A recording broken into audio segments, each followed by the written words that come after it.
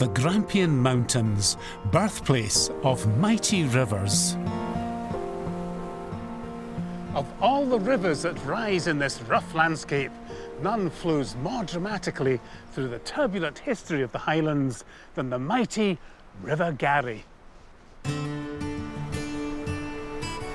Scotland's rivers have shaped the nation and are among the country's greatest treasures. Since the earliest times, rivers have been used as natural highways. Along their banks, the first towns and cities were built, and as a natural resource, rivers have provided us with an abundance of food and power. In this series, I'll meet a cast of characters who live along the banks of our great waterways. I'll uncover intriguing tales from the past as I travel across Scotland on a grand tour to explore the original waters of life. In this programme, I'm on a journey into the past, from revolutionary roads, a legendary leap, Oh, it's a long way down there. It is. to blood on the battlefields. Here they come, here they come!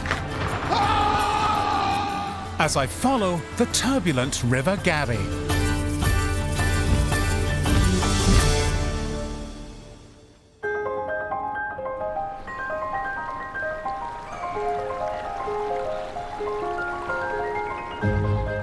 From its source in Loch Garry, my route traces the river as it flows southeast to Blair Athol, negotiates the gloriously named Pass of Killiecrankie, and on to Pitlochry, where I end my journey at great height.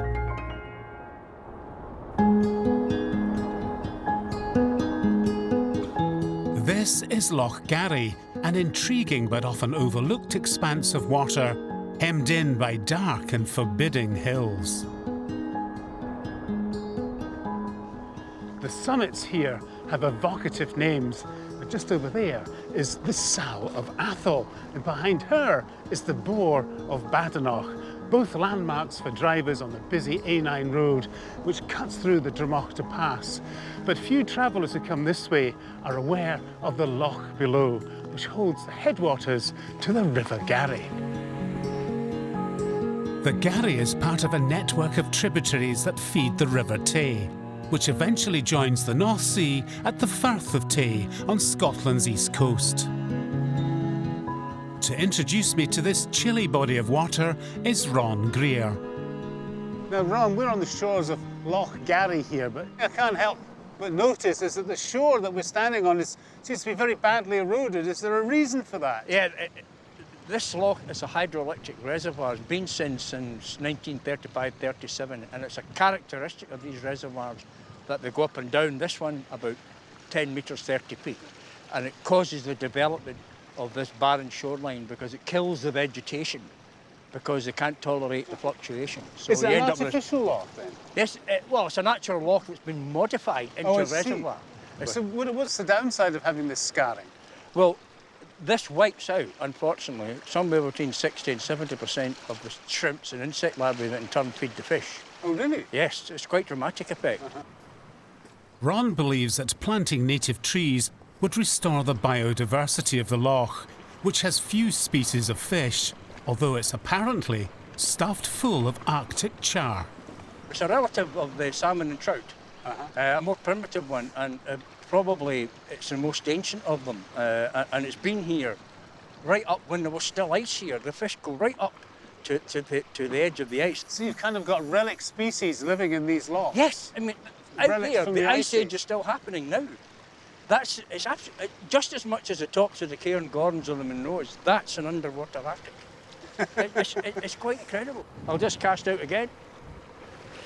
To my amazement, after just a couple of minutes, my rod is twitching.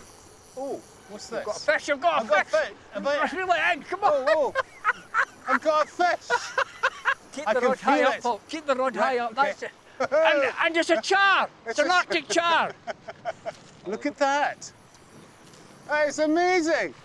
Whoa, There you are. that's the Arctic char. That is the Arctic char. That's amazing. A wee little fish.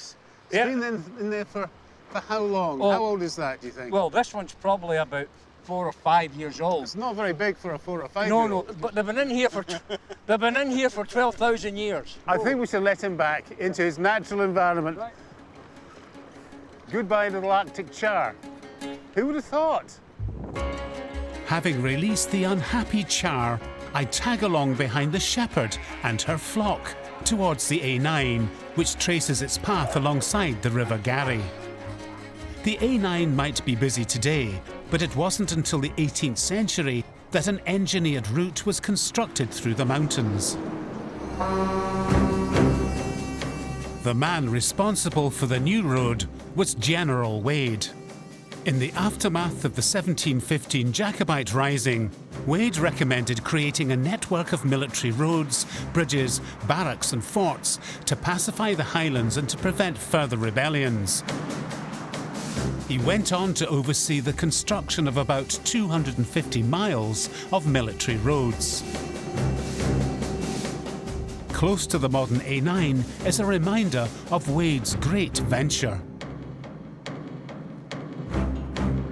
When Wade completed his road-building campaign, it was possible for the first time in history to drive a wheeled vehicle all the way from London through the Highlands to Inverness. And this rather impressive lump of stone commemorates that significant achievement.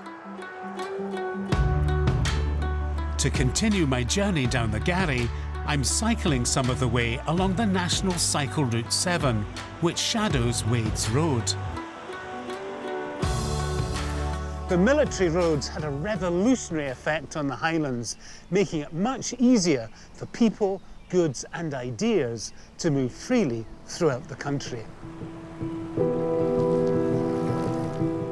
Ducking under the Calvine Double Bridge, my route takes me downhill to the settlement known as Struan, a name that derives from the Old Gaelic for the meeting of two waters, in this case the rivers Erchty and Garry.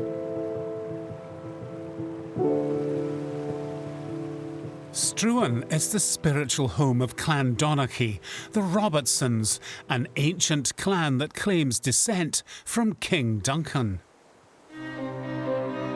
Alexander Struan Robertson was one of the most turbulent, warlike and independent of all Clan Donachie's chiefs, and is supposedly buried in this graveyard.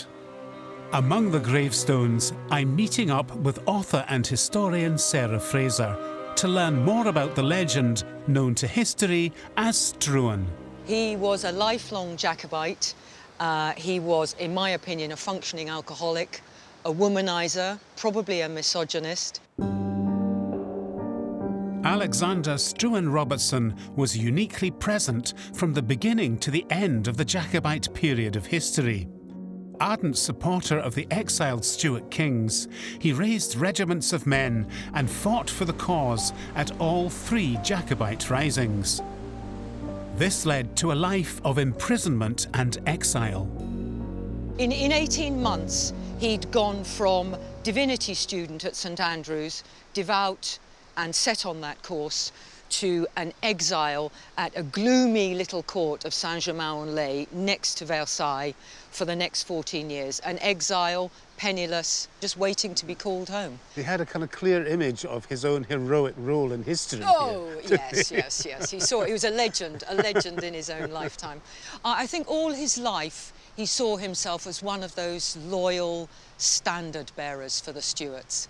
And when Nemesis arrives for the entire Highlands, i.e. Charles Edward Stuart arrives, lands in Arisaig in July 1745, and worked his way down towards Perth, Struan met him here, and he said, "Sire, I devoted my youth to the service of your grandfather. My middle age I gave to your father, and I am come to devote myself to your Royal Highness in old age." And what happened to him eventually? He eventually died in April 1749, and he was carried in his coffin with the cupbearer and the harper and the shennachie and the piper and 2,000 other people walking 18 miles. But there is a legend that actually they had lost the body at some point between leaving Rannoch. Fallen out of the hearse. Yes, exactly. It's very careless. Mislaid. But we think, actually, he was retrieved and he is buried here. But sadly, there's no gravestone to mark him. You and I could be standing on his bones. From Struan, I rejoin the river as it flows all the way to Blair Athol, another place where two waters meet, this time the Tilt and the Garry.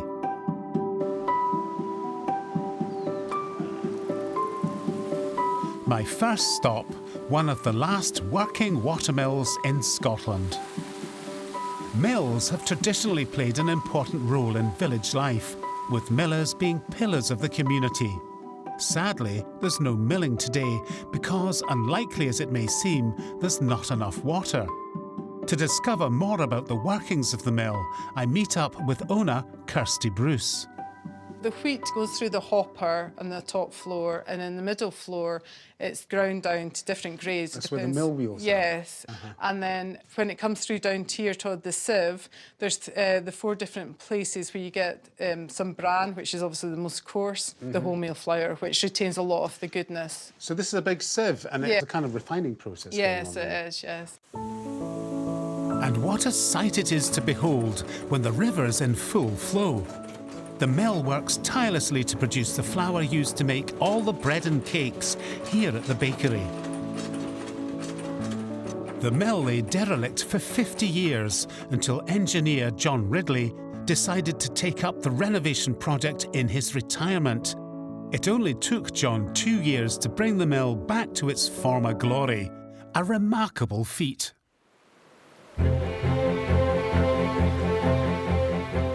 Leaving the mill, I return to my bike and head towards the River Tilt, a tributary of the Garry, where I'm joined by geologist Catherine Goodenough. Together, we cycle up Glen Tilt, following the river. We're going in search of deep time. After a grueling and bumpy 11-kilometre cycle, the glen narrows. It was here, about 250 years ago, that the Scottish geologist James Hutton gathered evidence that enabled him to stare into the abyss of time.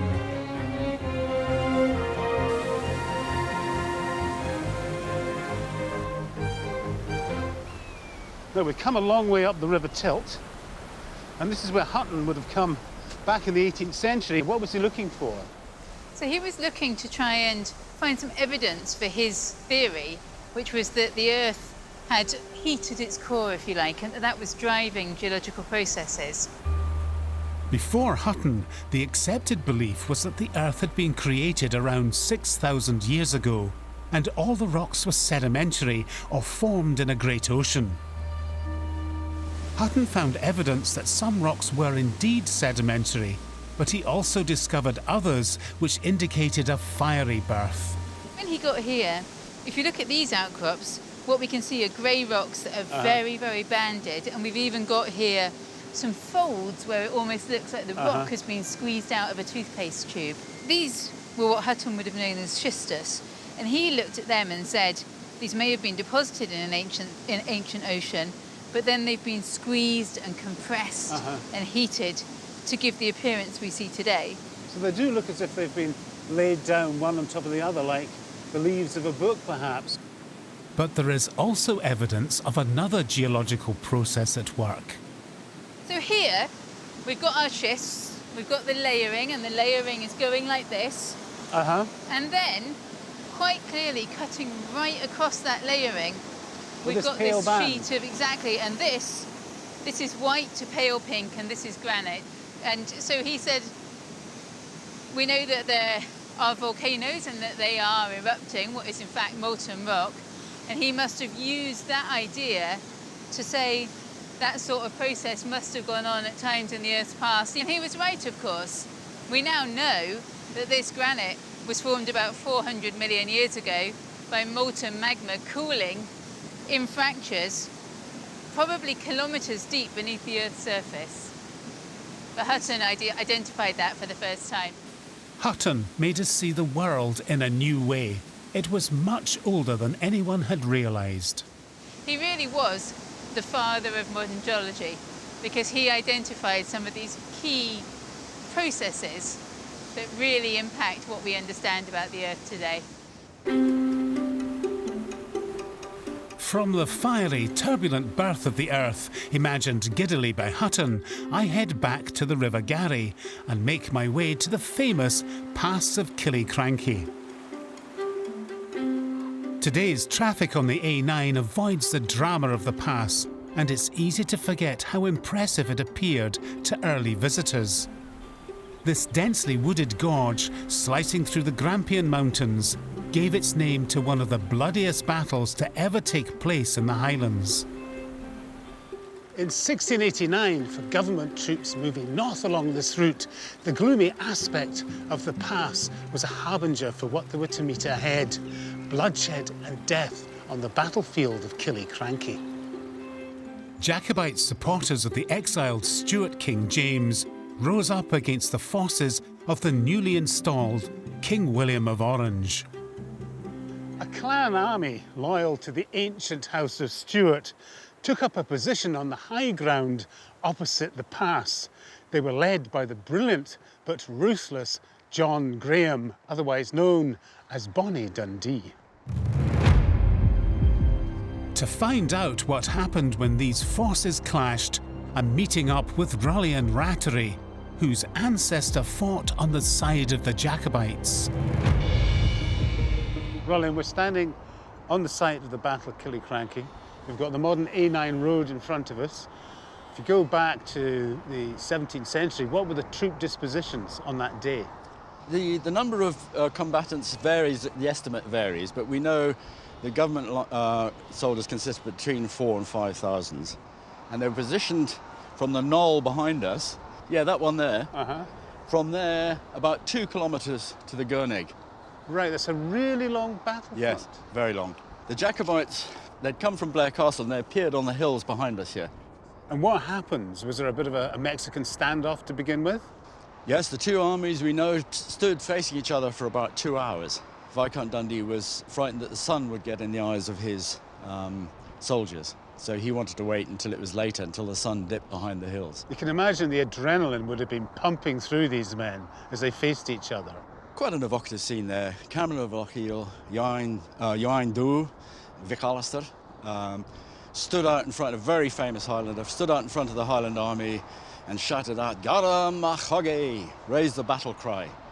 And the Highlanders emitted their high-pitched screaming shout, and the Lowlanders responded with a dull cheer, apparently. And this was seen pretty auspicious for the Highlanders. We're much more vibrant than these Lowlanders. It's all in the lustiness of your war cry, isn't it? So if you give full voice and the response is, eh, that's right. You know you're going to win the day. That's what they thought. So the Highland charge was the kind of favoured tactic of the Jacobites and had been throughout Highland history as a weapon of war in its own right. How did it work? Yes, it was a devastating tactic that was very effective on this field. Essentially, the Highlanders, once they'd given the order to advance, their instructions were to advance to within 20 yards, fire the pistols, and then emitting their screams, charge in for close quarter battle. Now, this is bloody hand-to-hand combat. Absolutely devastating. You looked your enemy right in the eye as you fought. Where do you rate the Battle of Killiecrankie in all the kind of conflicts that have taken place in the UK? I think Killiecrankie is incredibly important because it marked a turning point. It saw the new gradually replacing the old. So this was the first use of flintlock muskets, first use of bayonets in a major conflict. On the Highland side, it was the last use of bow and arrows, last recorded use in a battle of the large William Wallace two-handed Clear Dala of the two-handed sword of fame. It was used here. So it was a very significant battle in terms of new tactics and old tactics disappearing, new tactics coming out. And ironically, the old tactics actually overcame the new. Yes. The feared Highland charge, when used correctly, could be devastating. To demonstrate the Jacobite victory, I'm meeting Alan Torrance, a veteran battle reenactor. So Alan, you're dressed pretty much as a clansman from that period would have been dressed. Got some of the weapons here that they might have used. How do these blades work in conjunction with each other once you get in amongst the enemy? Well, the tads would be to push, keep yourself safe. Right. You would use that to hack across, maybe catch a rib. The claymore was used as a two-hander. You didn't hold a tad with it. So you're a bit more exposed. You're a bit more exposed, but you would behind the line of men carrying tardies. And again, this is just about precision. You know, you're going for the throat, you're going for the back of the knee, you're going for the collar. Right. Eyes. It's like cuts of meat you're talking about. Yeah. But you've got quite a lot of distance to get from the top of the hill down to the line, and all the time the enemy was firing at you. How would you cope with that? Well, you would just duck. You would try and time it, look at the puff of smoke. And from that you would then, you know, the people in charge, the chieftains would be like, right, let's go. So we're going to put this to the test. Yes. Because you're going to represent the 2,000 Jacobites that are up on the hill at Killiecrankie. And I'm going to represent the 4,000 government troops that were occupying the lower ground. I'm going to be armed with a musket. Okay. I'm going to see if I can fire and load it, fire again before you're on me. What do you think your chances are? I think you've got to shoot me.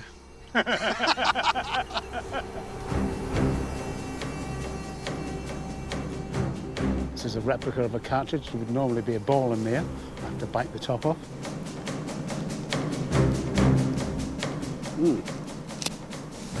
Not nice. And then put powder into the pan. It would take a soldier 20 to 30 seconds to reload and aim his musket. Powder doesn't taste too good. Carefully pack it down. Inside, give it a couple of good taps. And all the while, you've got thousands of ferocious men bearing down on you. Full cock. Here we are at Killiecrankie, and the Jacobites are running towards me. I'm going to take aim and fire. Here they come, here they come!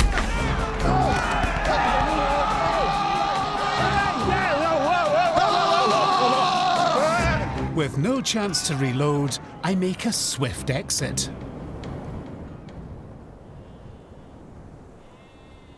Today, there are few clues that a battle ever took place at Killiecrankie. There's an ancient standing stone where legend claims Dundee fell and gasped his last. And the nearby Kirk of St Bride is where his body was laid to rest. They might have lost their leader, but the clansmen were relentless in pursuit. One of the soldiers who fled the battlefield was an adventurer from Inverness called Donald MacBain.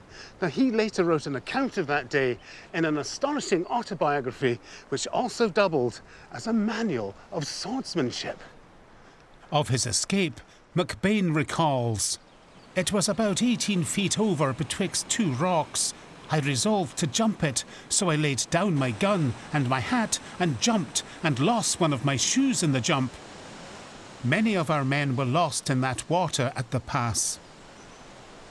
According to tradition, this is where the bold MacBain launched himself at a place appropriately known as Soldier's Leap.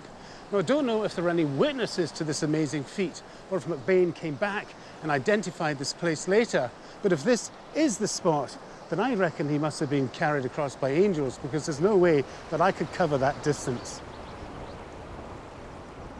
Perhaps oddly, a bungee jump from the Garry Bridge reminds me of the daring exploits of Donald MacBain, certainly in terms of the adrenaline rush it induces. Just looking at the height of the bridge above the river is enough to get your pulse racing. But being a glutton for punishment and having been raised on the principle that nothing ventured, nothing gained, I've decided to accept an invitation to take the long drop. The jump is called the Highland Fling, because I suppose one is required to fling oneself into space. I can't wait. slide 2 feet down at the same time. Right. At the same time. Yeah. This is very undignified. This is the last walk to the long drop. Right, is this the bungee? Yes. The bungee rope made of elastic. It looks a bit worn and frayed. I'm worried. Look, there's bits hanging off it. Well, nah, it's all good. Yeah, and people do this for fun, don't they?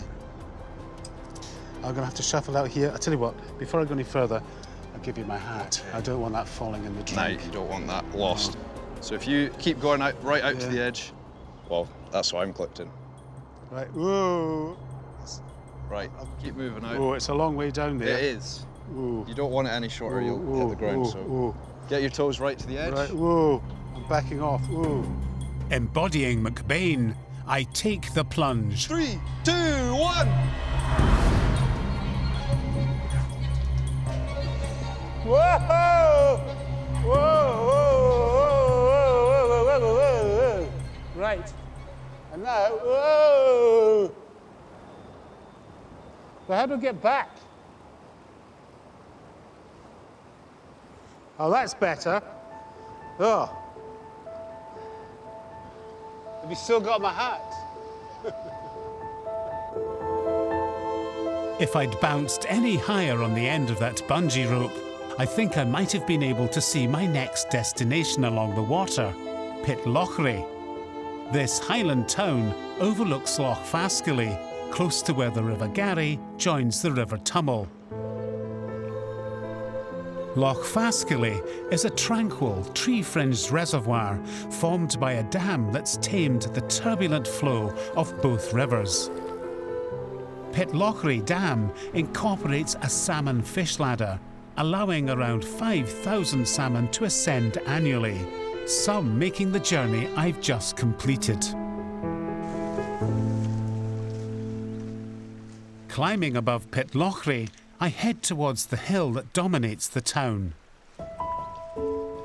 Ben Vrachie. A modest summit at only 841 metres, but one with commanding views of my route from Loch Garry. Ben Vrachie is one of the most popular hill walks in the Southern Highlands, and to appreciate it at its best, it's a good idea to get up early.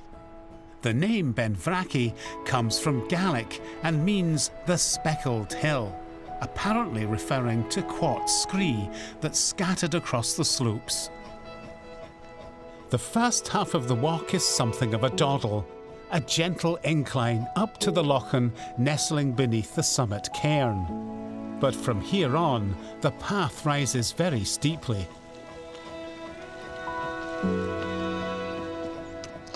Now, here we are, at last, the summit cairn. And I have to say, the views from up here are absolutely stupendous and well worth the effort of getting here. Now, down there to the south, you can see the hills of Fife, the Lomond Hills. And away to the west, you've got Ben Moran's to Binion above Crianlarich, and Benloyers, Schehallien, Loch Rannoch. And away to the north there, the Dromachta Hills, and the start of my grand tour down the River Garry. Now, would you look at that? Absolutely stupendous.